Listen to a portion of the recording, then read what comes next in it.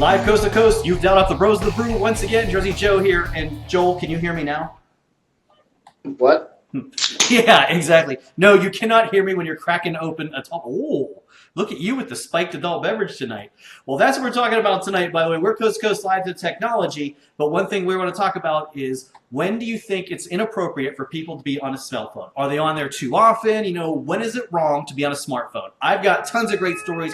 We want to hear yours too, so join our conversation live right now. Joel, let me ask you first. So when do you think it's wrong for someone to be on a cell phone?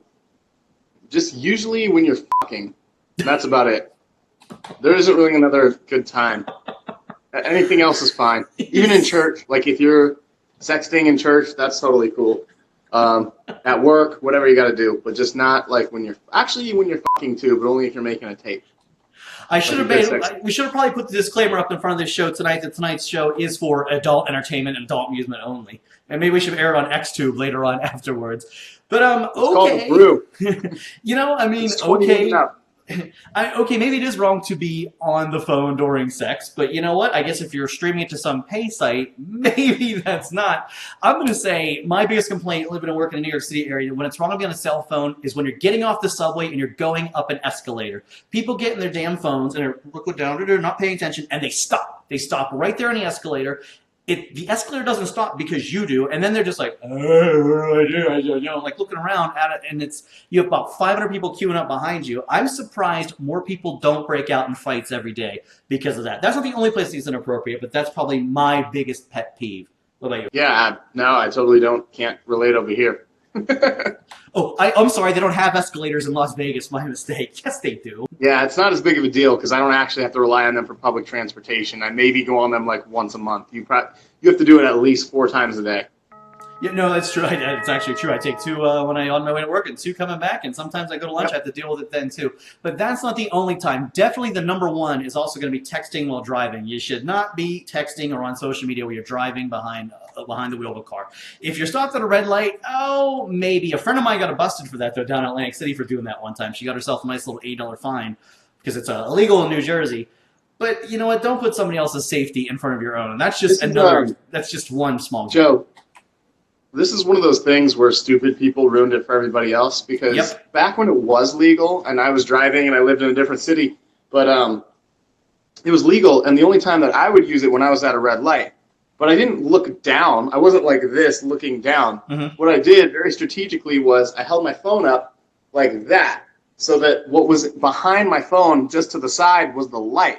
So the second it turned green, I saw it, and I could put my phone down and then go, and I would never use it except under that circumstance. That all changed because people started using them instead of driving and not running each other over or slamming into things. That's exactly right. It always takes one idiot to ruin it for the rest of us. That's how things are in life. We're going to have a few more of our short stories in a couple of minutes, but let's share some of your stories right now. Those of you watching us live, you want to hit us up. Let's take our first one, by the way. It chimed in on social media, and Michael says, when's the wrong time to be on a cell phone? A funeral. Logical, right? I don't know. The Yankees don't plan around your funeral, so when I need to watch a game, it might happen. That's okay, by the way. So at my funeral, I have no problems, by the way, if somebody wants to go ahead and Periscope it live. You know what? Hey, that guy lived a good life. I have no complaints. So, and by the way, when I do finally end up in a funeral, don't bury me in a suit. Put me in my Yankees jersey and my Chuck Taylor. Okay, I'll pour a little bit of Iron City Light on you, too. Or Mountain Dew and Arby's sauce. We'll do all that. Man, this conversation just got morbid. So let's take a fun comment instead of a morbid comment. You know this guy, by the way. Our next comment is from Nick Stack, and he says, people always use phones. It's a digital conundrum. Yes, it's a dangerous one because we function as a modern-day thought police.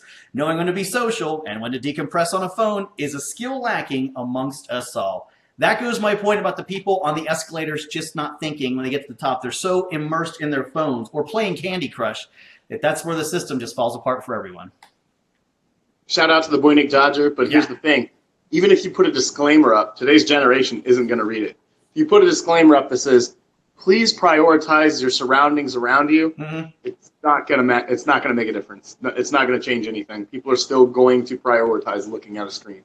A lot of times, too, disclaimers just make people do things that they're not supposed to do, and not everybody follows the rules all the time. Let's take another live comment right now. Mr. Pizarro, he says, I'd have to say my top 3. Job interview, ooh, funeral again, and when a baby is being born, unless you're in the same room, unless you're recording. Hey, that one's crazy, by the way. First off, here's the job interview, but to get you in the last one, I actually had a friend of mine from California out in LA. They were going to Periscope their baby's birth, but then they ended up not doing it because it happened so quickly they didn't get the phone and their stuff together in time.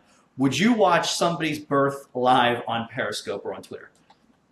Somebody actually did that like 2 weeks ago. It was on our newscast, but like someone actually was recording live. They thought it was only for their family, but it was for everybody. No, it was on the doctors. That's what it was on. And they had like a whole discussion about it. And no, no, there are a couple things in life that you should just leave and let be private. And birth is one of them because it's really disgusting for me. That's my opinion. But like, it's also sacred for a lot of people. The baby probably doesn't want their birth broadcast live for the internet to hold on to forever. Yeah, nobody wants to see the cord of the amniotic fluid flying around, and say that 3 times fast. That goes into the disgusting part that I was talking about. Amniotic fluid.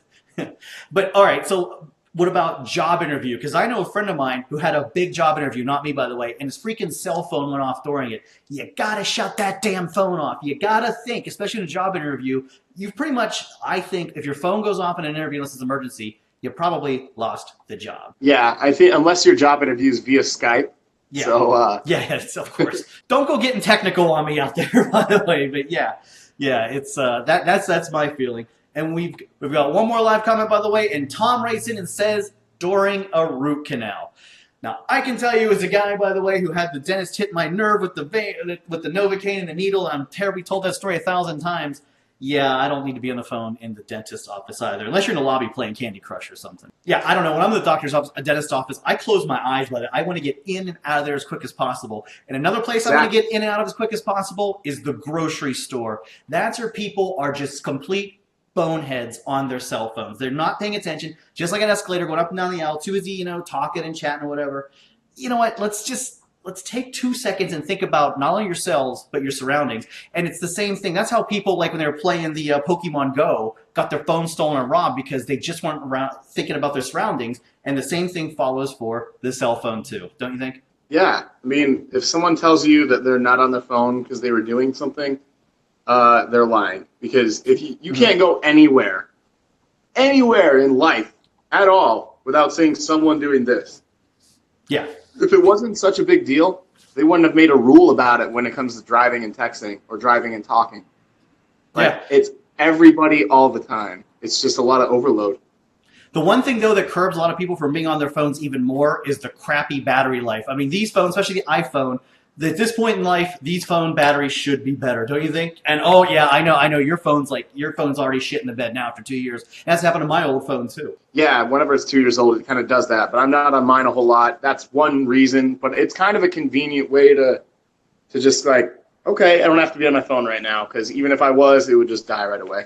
But you know what's a good thing to do, by the way? Click that subscribe button down below so you don't miss more of this web show. Or Thursday on Kicking Back with Jersey Joe. That's once again I'm playing with Alexa. You sing the song. We're playing 20 questions or pie once again. That's right. Can Alexa solve an object within 20 questions? Or the loser has a horrible fate awaiting them. That's Thursday at noon on Kicking Back with Jersey Joe. Another web show on YouTube. Thank you very much for dialing us up today, by the way. And Joel, it's nice to know you can hear me now. And I will give you a text and or call later when I'm not in somebody else's way. Oh. Yeah, don't worry. You don't have to. Okay. See you next time, I hope.